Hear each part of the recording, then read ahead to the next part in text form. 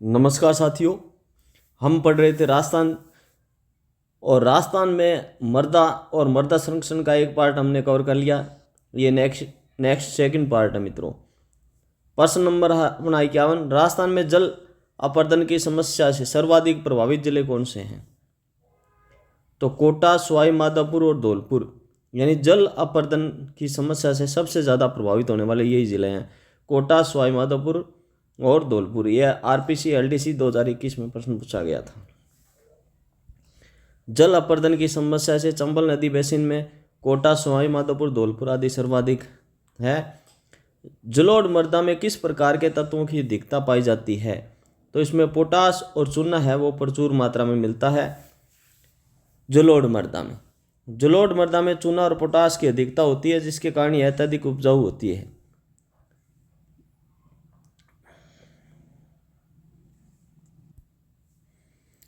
चंबल बीड़ क्षेत्र में मिट्टी कटाव को नियंत्रित करने के लिए कौन सा उपाय सबसे उपयुक्त है? तो ये है मेड़बंदी और वृक्षारोपण। बीहड़ में कटाव रोकने के लिए गड्ढों को भरकर मेड़बंदी करना और वृक्षारोपण सबसे प्रभावी उपाय है। पर्वतीय मृदा में किस तत्व की कमी पाई जाती है? ये आरएएस प्री 2016 में प्रश्न पूछा गया था। तो पर्वतीय जो माउंटेन सॉइल्स होती है उसमें पोटास और फास्फोरस की कमी पाई जाती है। पर्वतीय मृदा में ढाल और कटाव के कारण पोटास और फास्फोरस जैविक पदार्थों की कमी होती है। नवीन वैज्ञानिक वर्गीकरण के अनुसार दक्षिण राजस्थान, उदयपुर, डूंगरपुर की लाल लोमी मृदा किस श्रेणी में आती है? ये एल्फीसोल्स में आती है।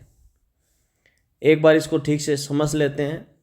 दक्षिण राजस्थान की लाल लोमी मृदा को इंसेप्टिसोल्स यानी अविकसित या एल्फीसोल्स विकसित जलोढ़ की श्रेणी में रखा जाता है, लेकिन इसकी अपूर्ण प्रकृति के कारण इसे इंसेप्टिसोल्स अधिक उपयुक्त है। यदि विकल्प में इंसेप्टिसोल्स और एल्फीसोल्स दोनों हो तो क्या करना, आपको इंसेप्टिसोल्स को प्राथमिकता देनी है। याद रखना, दक्षिण राजस्थान में दोनों में यदि इंसेप्टिसोल्स भी हो और एल्फीसोल्स भी हो तो इंसेप्टिसोल्स को प्राथमिकता देनी है।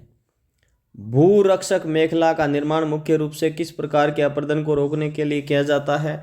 भूरक्षक मेखला ये है वायु अपर्दन को रोकने के लिए इसका उपयोग किया जाता है। रक्षक मेखला पेड़ों की कतार मरुस्थलीय क्षेत्रों में तेज हवाओं को रोककर वायु अपर्दन को नियंत्रित करती है। मृदा स्वास्थ्य कार्ड योजना 2015 का मुख्य उद्देश्य क्या है? प्रत्येक किसान को उसकी मिट्टी के पोषक तत्वों की जानकारी देना। तो योजना का उद्देश्य किसानों को उनके खेत में मिट्टी में मौजूद पोषक तत्वों की स्थिति और आवश्यक उर्वरकों की मात्रा के बारे में बताना है। लाल पीली मृदा का पीएच मान सामान्यतः कितना होता है? तो ये 7 से 8.5 क्षारीय होता है। लाल पीली मृदा का पीएच मान कितना होता है? 7 से 8.5 तक होता है, क्षारीय होता है। लाल पीली मृदा में कैल्शियम की कमी और क्षारीय तत्वों की अधिकता के कारण इसका पीएच मान है वो 7 से 8.5 तक होता है। सेम की समस्या से निपटने के लिए नीदरलैंड के सहयोग से कौन सा कार्यक्रम चलाया गया था? यह आरएएस परी 2013 में प्रश्न पूछा गया था। तो सेम की समस्या से निपटने के लिए नीदरलैंड के सहयोग से इंडो डच जल निकास परियोजना ये कार्यक्रम चलाया गया था। क्या नाम है इसका? इंडो डच जल निकास परियोजना। हनुमानगढ़ गंगानगर में सेम की समस्या से निपटने के लिए नीदरलैंड के सहयोग से जल निकास परियोजना चलाई गई थी। काली मृदा की कमी क्या है? यानी नाइट्रोजन और जैविक पदार्थों की कमी इसमें मिलती है। काली मृदा में नाइट्रोजन और जैविक पदार्थों की कमी पाई जाती है। एरिडोसोल्स मृदा में किस तत्व की अधिकता होती है? एरिडोसोल्स में होती है कैल्शियम कार्बोनेट की अधिकता। एरिडोसोल शुष्क मृदा में कैल्शियम कार्बोनेट की अधिकता और जैविक पदार्थों की कमी होती है। जलोढ़ मृदा को आयु के आधार पर किन 2 भागों में बांटा जाता है? खादर और बांगर। तो जलोढ़ मृदा को आयु के आधार पर 2 भागों में बांटा जाता है, खादर और बांगर। खादर नवीन जलोढ़ होती है और बांगर है वो प्राचीन जलोढ़ होती है जो कम उपजाऊ होती है। सीकर, झुंझुनू, नागौर जिलों में पाई जाने वाले मृदा को स्थानीय भाषा में क्या कहते हैं? सीरोजेम्स कहते हैं। सीकर, झुंझुनू, नागौर जिलों में पाए जाने वाले मृदा को क्या कहते हैं? सीरोजेम्स।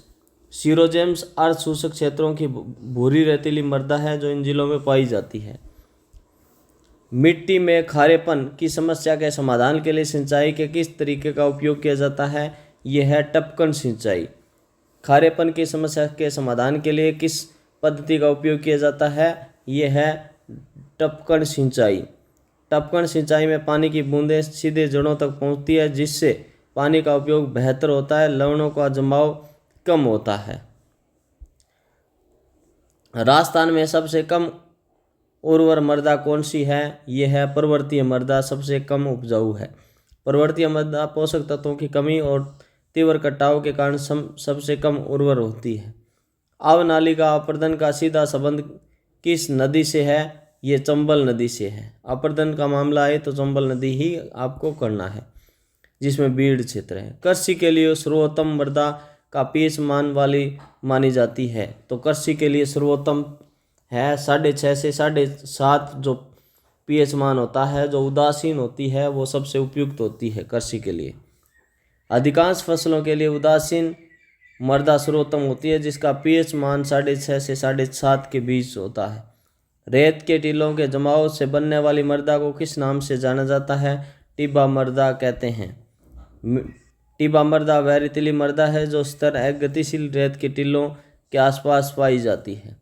मृदा संरक्षण की वह विधि जिसमें ढाल वाले क्षेत्रों पर सीढ़ियों के आकार के खेत बनाए जाते हैं क्या कहलाती है? सीढ़ीदार या वेदिका कृषि भी कहते हैं। सीढ़ीदार या कृषि मुख्य रूप से पर्वतीय ढालों पर जल के बहाव को नियंत्रित करने के लिए की जाती है।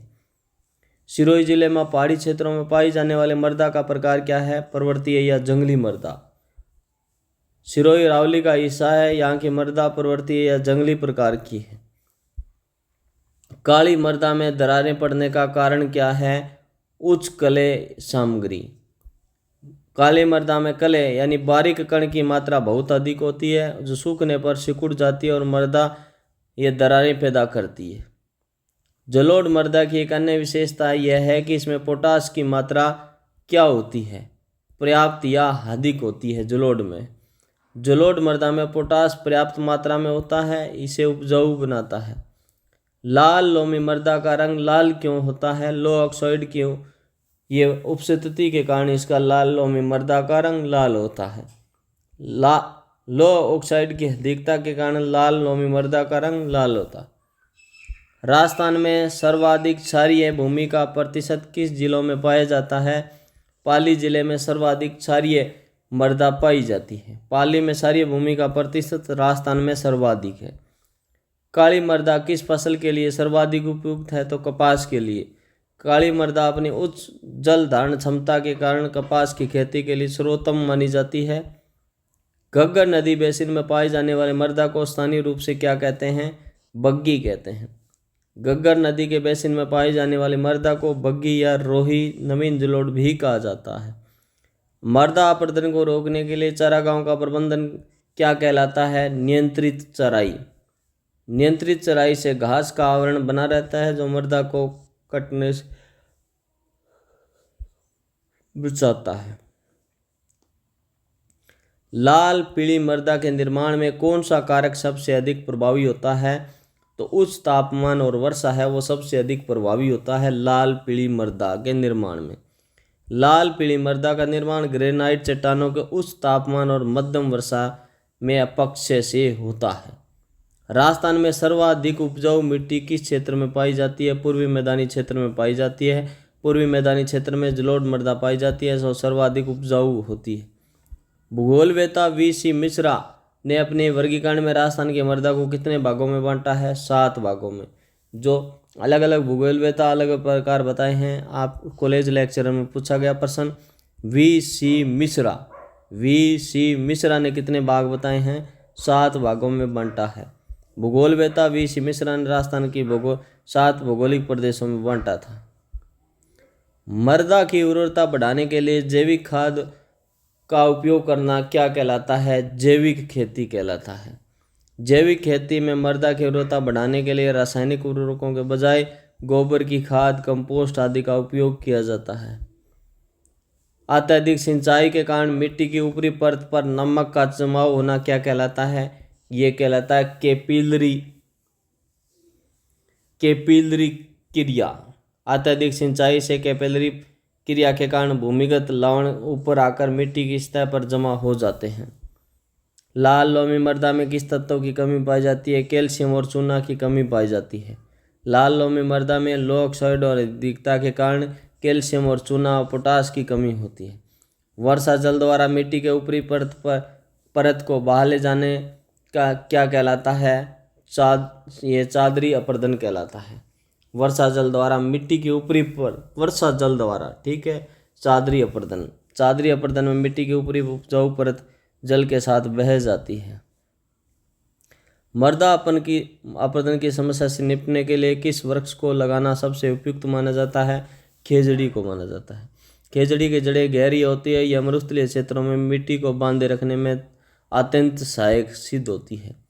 लूणी नदी बेसिन में पाए जाने वाले मृदा को अन्य किस नाम से जाना जाता है? तो सीरोजेम्स के नाम से जाना जाता है। लूणी नदी बेसिन का अधिकांश भाग अर्ध सूख गया, जहाँ सीरोजेम्स या भूरे रेतीली मृदा पाई जाती है। हाड़ौती पठार में वर्टिसोल्स काली मृदा के गठन का कारण क्या है? बेसाल्ट लावा।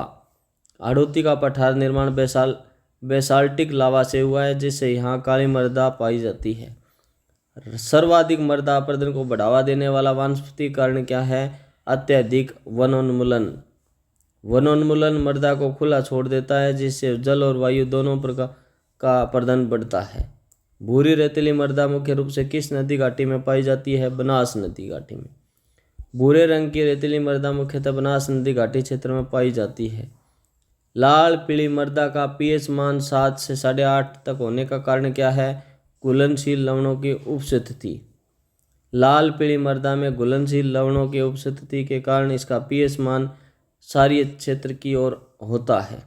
मृदा संरक्षण की विधि में पट्टीदार कृषि में कौन सी फसलें उगाना अनिवार्य होता है? खाद्यान्न और घास। पट्टीदार कृषि में घास जो मिट्टी को बांधती है, फसलों को बारी बारी से उगाया जाता है।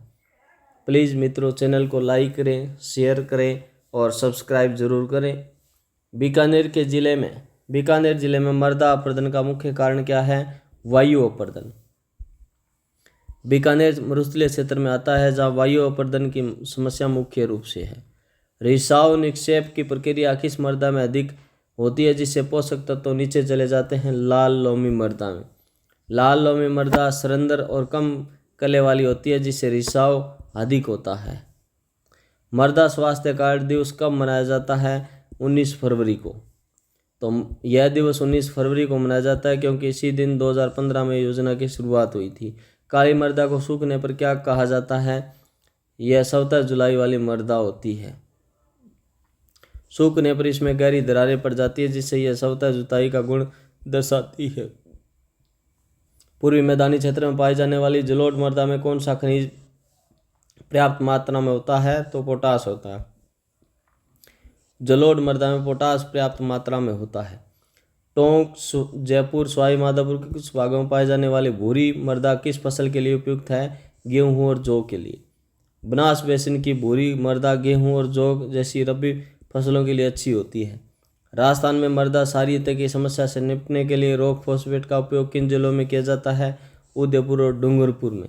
डूंगरपुर जिलों में फास्फेट की कमी दूर करने के लिए रॉक फॉस्फेट का उपयोग किया जाता है। मृदा अपरदन को रोकने के लिए सबसे महत्वपूर्ण जैविक उपाय क्या है? वनस्पति आवरण बनाए रखना। वनस्पति आवरण बनाए रखने से मृदा की जड़ें मिट्टी को बांधे रखती है, जिससे अपरदन रुकता है।